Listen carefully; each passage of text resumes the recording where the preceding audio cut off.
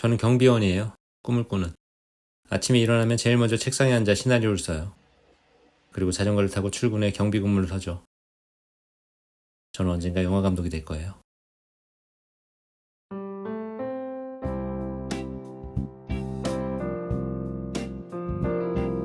배우분들 만나고 잠시 헛바람이 들었어요.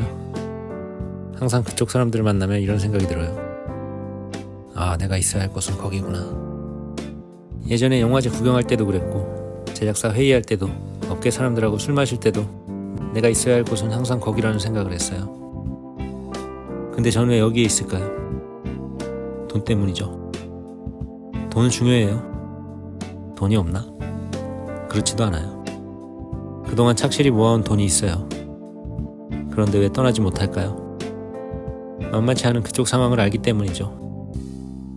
결국 내가 있어야 할 곳은 거기지만 거기로 무작정 갈 수도 없는 거예요.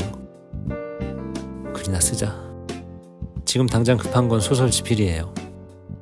그동안 미뤄놓은 작업을 집중하려고 여행을 떠났어요. 장소는 충청남도 프린세스 공주예요. 공주는 한 번도 안 가봤지만 예전에 잠깐 지나온 기억이 좋아서 가보고 싶었어요. 아무도 없는 자연에서 조용히 쓰고 오려고 했죠. 혹시 밤늦게 도착했는데 아무것도 없을까봐 치킨을 싸갔어요. 계획 없이 가니까 정보도 없네요. 마포에서 2시간 조금 넘게 가니까 공주에 도착했어요. 첫날은 금강 어느 공원의 주차장에서 묵었어요. 멀리 빛나는 다리를 야경 삼아 치킨을 뜯었죠. 먹고 소화도 시킬 겸 공주 밤거리를 걸었어요. 아침에 눈을 뜨니까 뜨거웠어요. 9월 중순인데 폭염주의보라니. 그래도 공주까지 왔는데 시내 한 바퀴 보고 가려고 신관동이라는 데를 돌았어요. 사람이 이렇게 없나? 이런 곳에 살 수 있을까 생각을 해봤어요. 안 되겠어요. 강 아래쪽으로 가보자. 어디에 사는지가 중요할까요? 중요하죠. 난 어디에서 살아야 행복할까? 지금 사는 곳이 좋은데 불야성이 없는 곳에서 살 수 있을까? 전 주말만 되면 작은 여행을 떠나요. 북촌이나 서촌, 성북동, 연남동. 사람들이 북적이는 곳이 좋아요. 너무 겁먹던 곳은 말고 진짜 사람 냄새가 나는 곳이요. 결국 행복은 사람에게서 오죠. 그런데 사람이 없는 공주에서 살 수 있을까요? 그런 생각으로 다리를 건너 공주산성 시장으로 향했어요. 깜짝 놀랐어요. 사람이 바글거리더라고요. 공주 사람들은 다 시장에 와 있었나 봐요. 차들이 느린 게 인상 깊었어요. 충청도라 그런가 봤더니 운전석에 계신 분들이 할머니 할아버지들이었어요. 약간의 삼겹살과 얼음, 막걸리를 사서 시장을 나왔어요. 최소한의 음식으로 즐기자. 바로 캠핑 장소로 가려다가 화장실에 들렀어요. 세수를 하고 공주 유명한 곳을 검색해봤는데 재민천이라고 있더라고요. 성북동 감성의 예쁜 길. 아니 이런 곳이? 공주산성 시장에서 도보로 10분 거리였어요. 도심을 떠나기 전에 구경이나 하려고 갔죠. 근데 나긋한 길에 홀려서 카페에 앉아버렸어요. 지독한 분위기주의자. 밤 식빵과 커피를 시키고 거기서 소설을 쓰려고 했죠. 그런데 아이패드를 차에 두고 온 걸 깨달았어요. 이런 덜렁대는 주의자. 다시 갔다 오자니까 너무 멀고 귀찮아서 그냥 낙선하기로 했어요. 나는 어떻게 살아야 하는가? 밤 식빵처럼 부드러우면서 단단하게. 나이는 40. 젊음이 지나가고 있다. 유머를 잃지 말자. 나이를 잊는 좋은 방법이지. 겉모습에 너무 애쓰지 말고 내면을 잘 가꾸면 돼.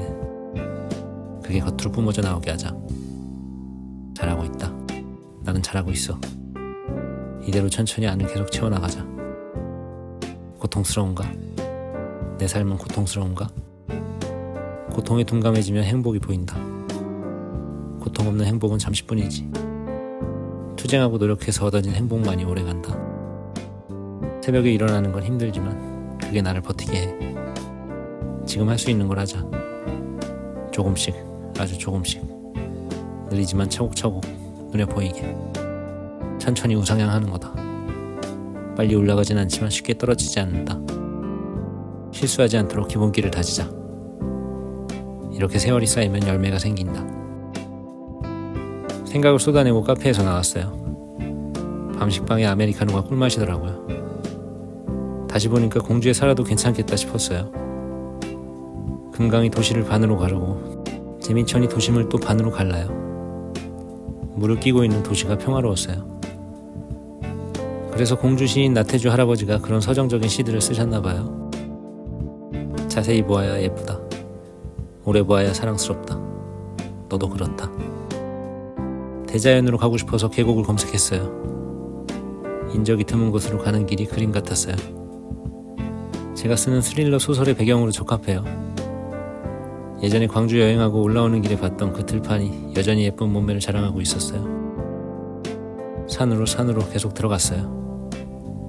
마곡사 계곡이라는 곳이 이 동네에서 알아주는 물놀이장이라는데 어른 아이 박을 걸 것 같아서 더 깊이 들어갔어요. 사람도 점점 안 보이고 집도 안 보이고 차도 절도 안 보였어요. 산속에는 어느새 저밖에 없었어요. 그리고 제 눈에 들어온 풍경은 계곡이 아니었죠. 협곡이었어요. 야, 여긴 사람 죽어도 모르겠다. 대낮인데도 오싹한 기분이 들었어요. 물을 따라 내려가다 보니까 좁은 터가 있었어요. 거기서 밥을 먹기로 했어요. 소설을 쓸까 했지만 왠지 그게 중요한 게 아닌 것 같았어요. 인생에서 중요한 건 뭘까요? 꿈, 사랑, 나 자신. 제 인생에서 가장 중요한 건 인생 그 자체예요. 어느 것 하나를 고를 수가 없어요. 한쪽에 치우치지 않도록 균형을 잡고 살아가는 게 최대 과제예요. 그래서 매일 부지런히 싸워야 하고 고통을 안고 걸어가야 하는 거예요. 어떤 것 하나에 집중하면서 사는 건 다르게 말하면 많은 것들을 놓치고 산다는 얘기와 같아요. 그래서 성공의 길이 하나가 아닌 것 같아요. 허무맹랑한 소리 한번 해볼까요? 제가 생각하는 세상은 이래요. 우물이 여러 개 있어요. 우물의 높이는 각각 다르죠. 높은 우물에 힘겹게 올라가서 안으로 들어간 사람들, 그 안에서 평생 희희낙낙하면서 살지만 그래봤자 우물이에요. 밖을 내다보지 않으면 고여서 썩게 되죠. 낮은 곳도 마찬가지예요. 안에 갇혀서 높은 우물의 일부만 보고 살면 자기 마음대로 부러워하고 욕하게 될 거예요. 계곡 아니 협곡에는 벌레들이 많았어요. 그래도 왕년에 벌레 좀 물려봤던 놈으로서 개의치 않고 밥을 먹고 휴식을 취했죠. 소설 쓰기를 깨끗이 포기하고 나니까 여유가 생겼어요. 혹시 몰라서 챙겨간 책을 꺼냈어요. 정비석의 손자병법. 드래곤볼 슬램덩크와 함께 저의 3대 인생 책이에요. 강을 건너오는 적군을 공격할 때는 물에서 다 나왔을 때가 아니라 반은 물에 잠겨있고 반은 물 위로 올라왔을 때 쳐야 된대요. 막 무태 나온 적은 전열이 정비되지 않아서 혼란스럽고 물속에 있는 적은 앞이 제대로 보이지 않아 대응을 할 수 없기 때문이죠. 기회를 말하는 건가? 타이밍? 타이밍이 중요하지. 난 지금 타이밍을 잘 노리고 있나? 모르겠어요. AI를 공부해야겠어요. 영화 산업이 침체되어 있는 시기에 어떻게든 활로를 찾아야죠. 점점 더 할 일이 많아지네요. 생각해라, 생각해. 효율적으로 노력하는 방법이 있을 거다. 제가 있어야 할 곳은 어디일까요? 도서관인가요? 길거리인가요? 술자리인가요? 경비원 대기실인가요? 생각이 너무 많은 건 문제지만 생각 없이 사는 것도 문제예요. 중간을 잘 찾아야 돼요. 균형을 잃지 않고. 적당히가 제일 어려운 거죠. 협곡에서 해가 지기 전에 빠져나왔어요. 차로 돌아와 숙면을 취했죠. 이렇게 충청남도 프린세스에서 하루 반을 보냈어요. 소설은 하나도 못 썼어요. 그런데 마음이 편하네요. 뭔가 더 큰 걸 얻은 것 같아요.